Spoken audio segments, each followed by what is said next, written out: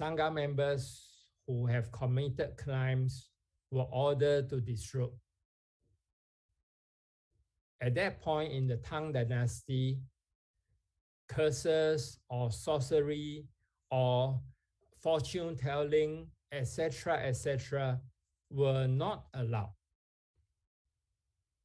There's no way where they could even go for feng shui or fortune telling. So all these were not allowed. And also, monks and nuns were not allowed to have personal finances or wealth. Their personal finances or wealth belong to the temples. The temples' finances or wealth belong to the state. So they were in no way having their own finances or wealth. The monks who stay in small temples or kutis that are not registered are forced to disrobe. In other words, monks and nuns are only allowed to stay in recognized, registered big monasteries or temples. If not, they are forced to disrobe. Thus, the number of recognized temples will decrease. Those that are not recognized are being destroyed. Only a smaller number of bigger temples remain. In all, 260,500 monks and nuns were forced to disrobe. 260,500 monks and nuns were forced to disrobe. And they had to start paying taxes. Buddhist temples became public places. Buddhist temples became factories. And the gold, silver, or bronze Buddha or Bodhisattva statues were melted to make into money at that time. So it was quite chaotic. So only several monks and nuns were recognized. And we could see the Tang Dynasty, although they follow Buddhism, but yet they demolished a lot of all these Buddha statues and Buddhist temples. And it was at that point of time that we talk about Tang Dynasty, we talk about Xuan Zhuang Dashi. Now I want to say this, Xuan Zhuang, who is from the Tang Dynasty, is not the same person that we recognize in Xi Yu Ji or Journey to the West, where you have the Monkey King, you have the pig and all that, and the horse and all that. Xuan Zhuang is a very learned monk. At a very young age, he wanted to go over to India to get more scriptures to be translated into Mahayana texts. At that point of time, monks were not allowed to leave the city of Chang'an.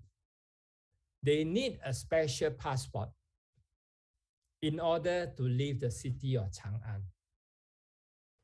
But the most venerable Xuan Zhuang, he actually disguised himself to look like a merchant that wanted to go over to India to do trading. So he disguised himself, he made himself into one of the merchants, and he followed the group of people to India. It was not an easy task because later it was discovered that he was a monk, and there were people who tried to catch him back. He took nearly 19 years to and fro to bring back Mahayana texts back to China to translate. So if you go to Xi'an now in China, you could still see a lot of remains of the most venerable Xuanzang, who did a lot of translation for Mahayana texts.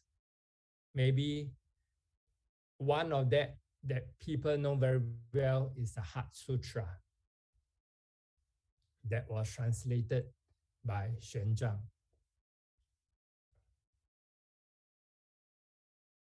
Buddhism, after Qing dynasty and China after becoming republic,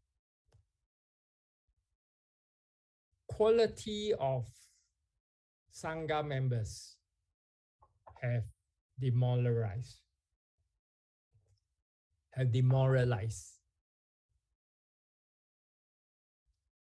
They were still trying to see whether there's one person to bring Buddhism to its peak again in China.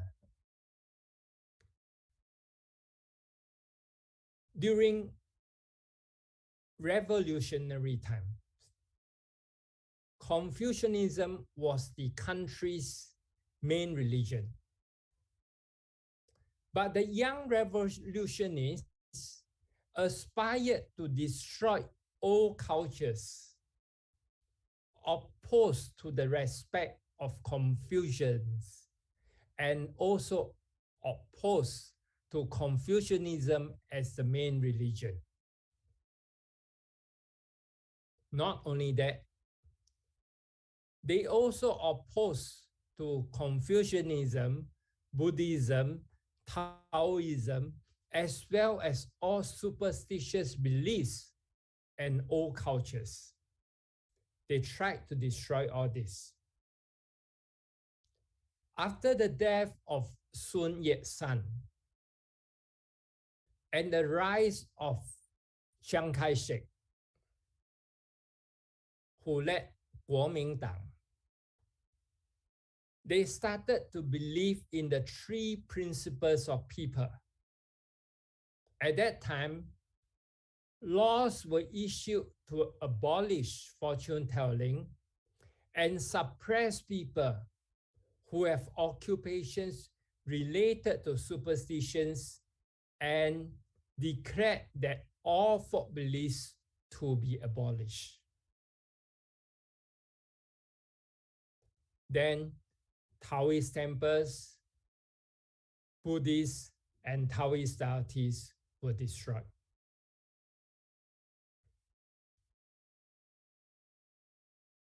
Then in Ming 19 years, which is 1930, excess wealth of the temple were used to set up education institutes, libraries, orphanages, or elderly care. That was basically until 1930. Then came, later on, Cultural Revolution. Cultural Revolution in China opposed to people who were learned. Any people who have culture, any people who is learned,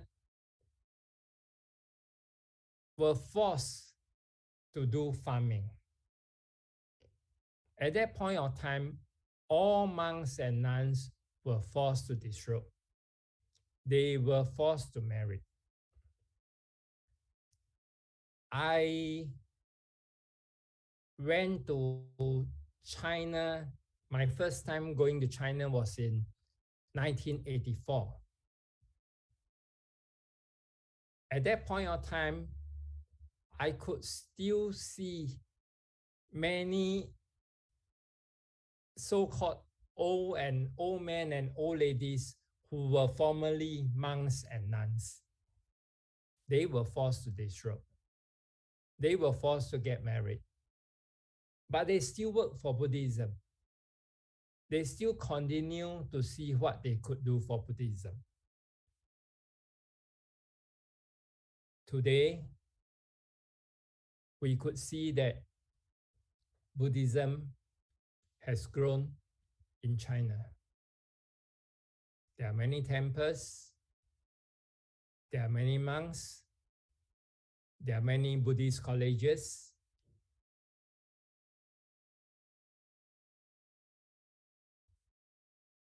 They are able to join us in Vesak celebration, join us in major celebrations, and so on and so forth. We could see that there is much interaction between the present China Association and the rest of the world. Chulalongkorn University worked very well with the China Association, Buddhist Association.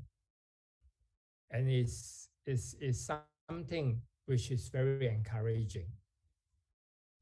Likewise, in Chinese Taipei, people are free to choose their religion. People can do whatever religion they want. There are many monks and nuns in Taiwan. We see that there are also a lot of Buddhist colleges. But now, because of people who do not give birth to so many children, the number of monks and nuns have dropped tremendously. We don't see that many monks and nuns in Chinese temples anymore. It's not like in Thailand, where it's more like everyone has to go through a short stint of being a monk. But that's not the case in China or Chinese Taipei, or even Malaysia or Singapore. So we have not many monks or nuns. We have this problem. And there are Buddhist colleges in Taiwan. They are comprised mainly of foreigners instead of Taiwanese. So today, I may not be giving a long lecture, but I more or less given the whole aspect of Chinese Buddhism with its origin from India to where China and Taiwan has. I hope it's not too boring. I hope I managed to let you understand the essence of Chinese Buddhism.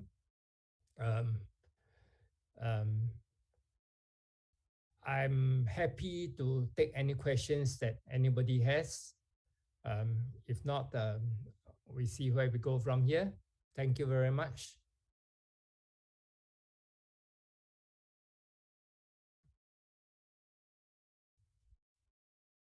Anyone have any questions? Please.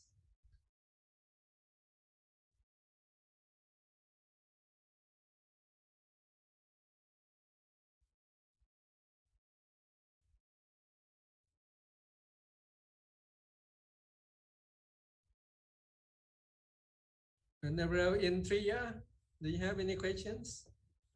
Please. No question, Ajahn. Okay, it is clear. Yes, Ajahn. I see. Yes.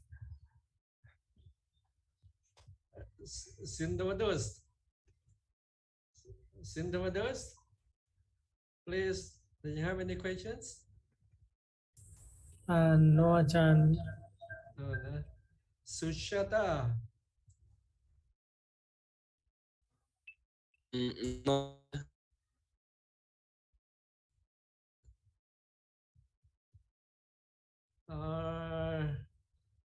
Anyone from the faculty of Buddhism?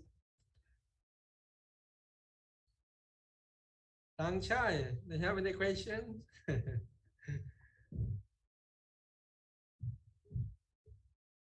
Venerable Dr.Shi is from the third year students of the Faculty of Humanities.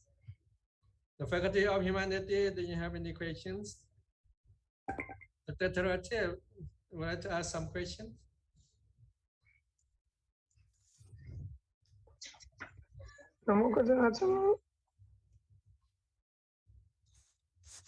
Visuttha. Yeah, please. No question, sir. I understand, sir. Understand everything? Yes, sir. Oh. It is a good question, sir, for Buddhism and Mahayana Buddhism, sir. Yes, sir. Theravada and Mahayana, everything is clear. Yes, everything is clear, sir. Wow, very good. Yes, sir. Thank you, sir. 48 participants, including Venerable Sir and also Venerable Dr. Ren.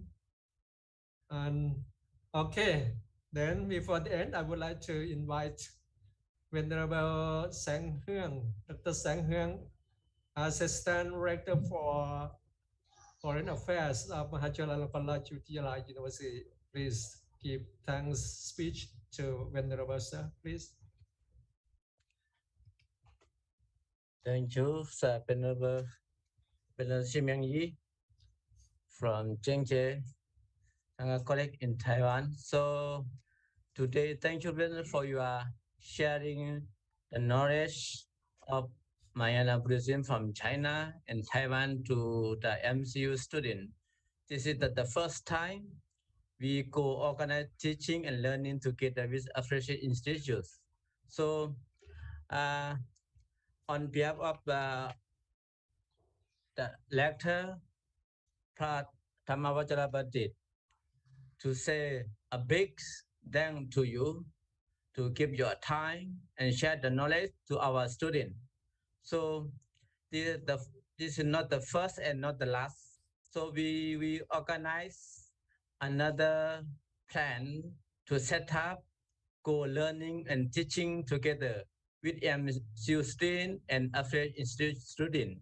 So finally, I wish the Venerable to happy and healthy long life, and also with our students to co-learning when we're going to set up co-learning and teaching again. So we would like to invite you to join us in this class.